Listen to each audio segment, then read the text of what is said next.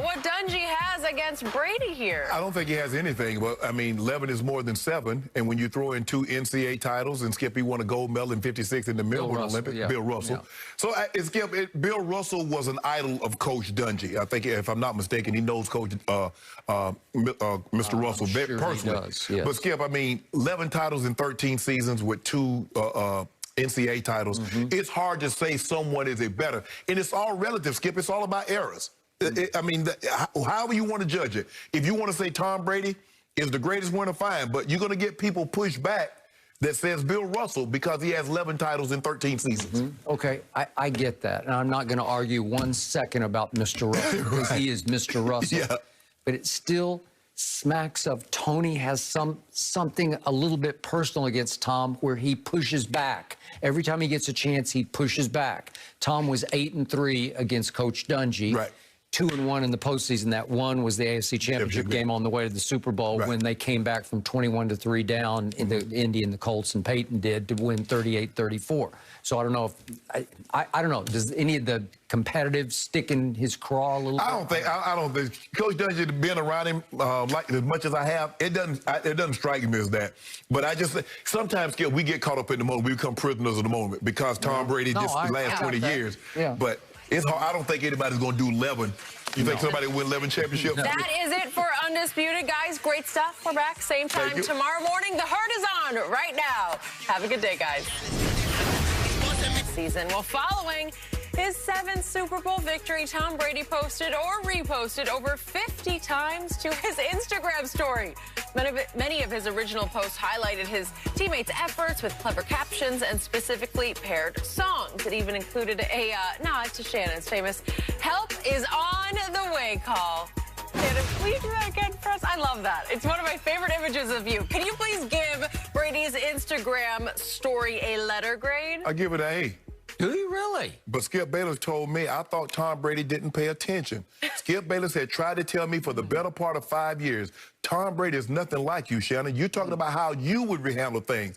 I say, Skip Bayless, I'm telling you how athletes handle things. No, not Tom Brady. Everything that I said, he put in there. So Tom Brady, so now, can you give me a little credit? Say, Shannon, you own to something. You're right. Just go ahead and say it. Right about what? When I tell you, I say, Skip, this is how Tom Brady feels about this. He won't say, the only difference between Tom Brady and Shannon Sharpe, 7 Super Bowls, him being a better player than me aside, is that I will tell you exactly. I don't give you cliches and golly gee whiz. You know exactly what Shannon Sharpe is thinking. You know exactly where Shannon Sharpe is standing. Tom Brady gives you these cliches.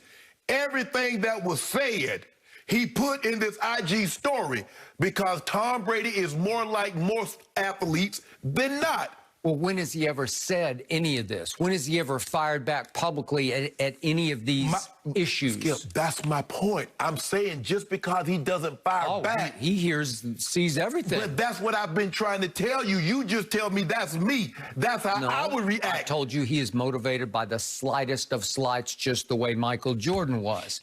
So I also give this an A because all of a sudden, the wolf inside took off some of his sheep's clothing, and he let fly in this.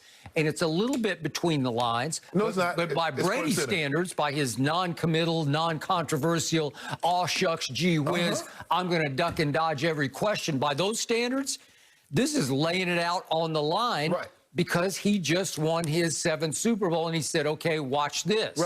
I'm assuming he's got a full-time social media person who did this for him. But this was clever. It was funny. It was edgy. And it was actually, dare I say, transparent for Tom Brady because you could see what he thinks about a lot of things. So I start off with the phrase playoff MF Lenny. Well, I love that because that's what he thinks of Leonard Fournette. That when it's time to shine, that young man rose and shone. Because we didn't see this Leonard Fournette very much in the regular season. We saw a different. We did not. Playoff Rondo versus regular season. And I never saw, so to speak, playoff Lenny at LSU. When they ran into that stanker in Tuscaloosa, he stank. Think about how many times, Skip, he broke tackles and got touchdowns. He caught a touchdown. Was that against Green Bay?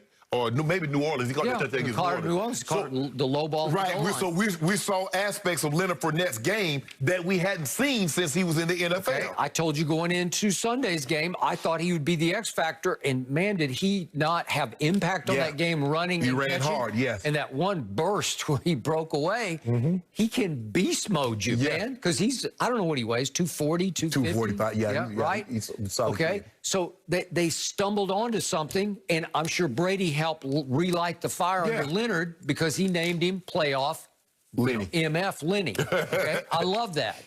And then I love the little shots at Mahomes between the lines of, ooh, that doesn't look comfortable. Why he's getting crushed by Sue and JPP. Yeah. Okay, that's funny to me because I'm sure it wasn't comfortable to get crushed, right? No. And Tom didn't get crushed one time in the game. He got sacked once. Well, first of all, Tom Brady already be on the ground. He ain't gonna be in he see a situation like that, Skip. You just got to touch him down because he ain't taking a shot. I loved it. So he's taking a little bit of a shot at the quote-unquote baby goat, like, that's where you wound up, and I was standing up. Exactly. Right? Yep. Okay, and then my favorite of all was our man Devin White, breakout star of the postseason on defense. He is actually mocking Tyreek's borrowing of Shannon Sharp's on the phone calling for help, right? Yeah.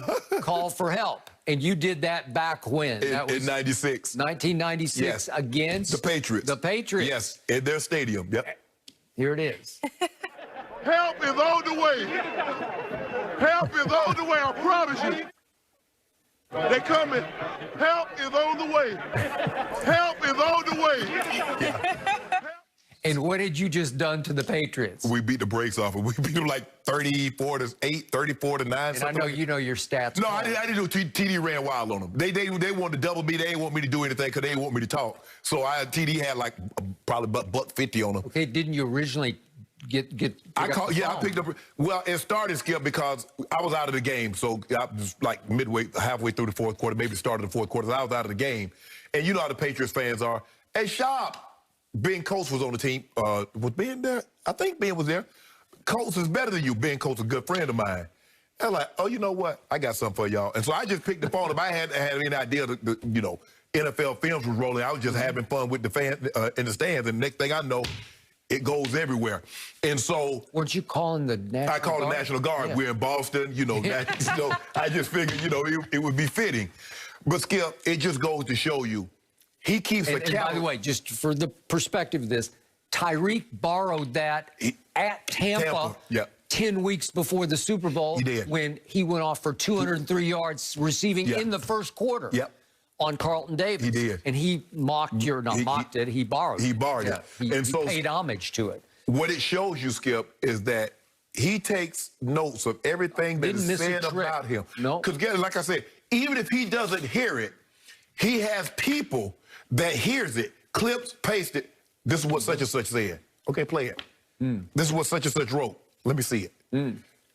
Everything that you see, he didn't make that up. That was actually said. It was actually done. Yep. And so all he did, okay, at the end of the day, he who laughed last laughed loudest. That is correct. Okay, guess what?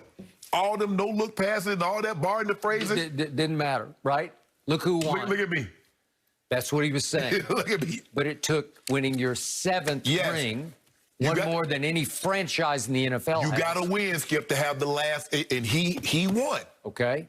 So the music, which we can't play on this show, on this air, was all throwbacks to sort of early 2000s rap and rock, probably his fave. But if you know, no, the last one, Skip, where he's standing, he used 50 Cent. Many men have wished death on me. He said many people want to see Tom Brady go away. Well, one just spoke right there across from me. I want to see it go away. Yeah. I don't want him to walk away. I want 4 years. I want somebody to beat him and make him go away. Don't walk away. I don't want to see him walk away because he done won so much. I'm just tired. I'm just tired of beating everybody down. Somebody need to beat him and make him call it a night. Well, the 50 Cent little shout out was maybe aimed at you. I always know. No. Like I said, Skip, I want somebody to beat him. You've wished many deaths. I always know death, though. Quote unquote, figurative deaths. No. Right? A couple. Maybe, let's see, we've been on for 5 years, 5 times. Maybe I wish he had bad diarrhea in the traffic. Yep. One of those. Traffic light or something like that. Yep. That's about the extent of it. I got it. But Skip, you know what, Skip? I want somebody to beat Tom Brady. I don't want him to walk away. I don't like to see a guy just walk away because he's like, you know what, I've accomplished everything. No, you got to beat that man. Yep. Make him hang up the cleats. Feel it. You will get that and opportunity. time.